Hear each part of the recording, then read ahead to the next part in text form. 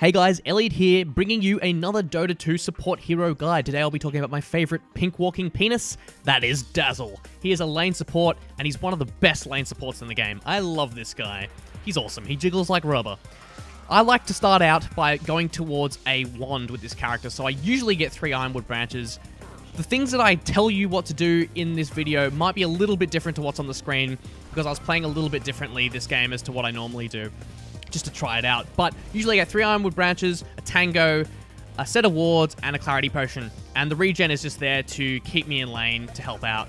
So I like to max my poison touch to level 3 as quick as I can, because basically poison touch is an awesome slow that does damage over time, and it allows you to stun your enemy at level 3. So it puts a 1-second stun on top of that. And it's really worth getting it to level 3 at least. When you get to level 3, you start maxing out your other spells as well. What I usually like to do is get Shadow Wave, which is his heal. It bounces between friendlies and does damage as well in a small area of effect around those friendlies. At level 4, it does 140 healing and bounces 5 times, and it has a really short cooldown, like 7 seconds or so. So it gets really, really good really quickly, so it's definitely worth maxing after you've got Poison Touch to level 3. Usually now, I get Shallow Grave at level 4, but in this video I get it a little bit later at level 5 because I just didn't need it as much. We were dominating in our lane and we just didn't need it.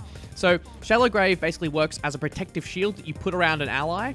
When you put it around an ally, if they get to 1 HP, they will not die for the duration of that spell. And this allows them to do a little bit more damage, so if they're a carry, they can gank a bit more or kill whoever they're fighting.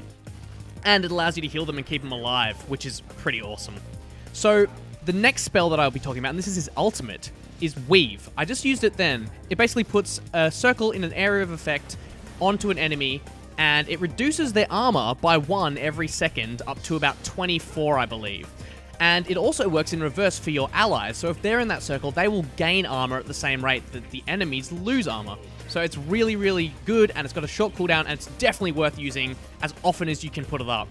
That makes Dazzle a very strong defensive and offensive character, because he's got all these spells that do damage while he's healing, and slow, and keep your friendlies alive, but also you can reduce their armor, and that's fantastic. So in this video, I got a wand, and I was going for a mech. These are both great items for him, because it allows him to do extra healing and give extra armor to your friendlies. But what I usually do with this character, and this is when I'm playing a little bit more aggressively, well, I played really aggressively in this game, but usually I'll go phase boots because Dazzle, for some reason, hits like a truck when he has phase boots.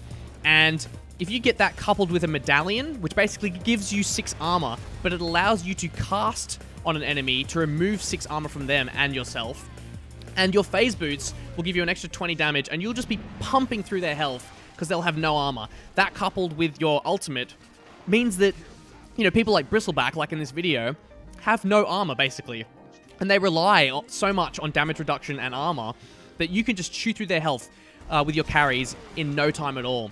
That's what makes Dazzle a great supportive and defensive support. He's just really good at that. Now, I should also say that you will see me teleporting around the map using teleportation scrolls.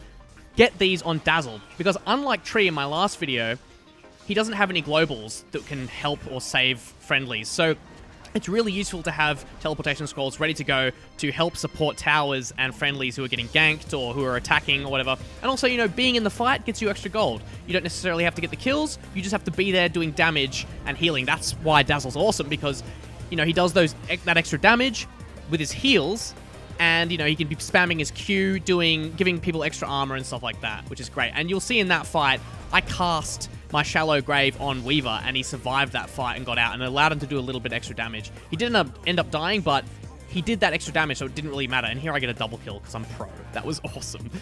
But Dazzle is one of those great characters that he really does well just with his skills. So even if you get no items, you're extremely useful.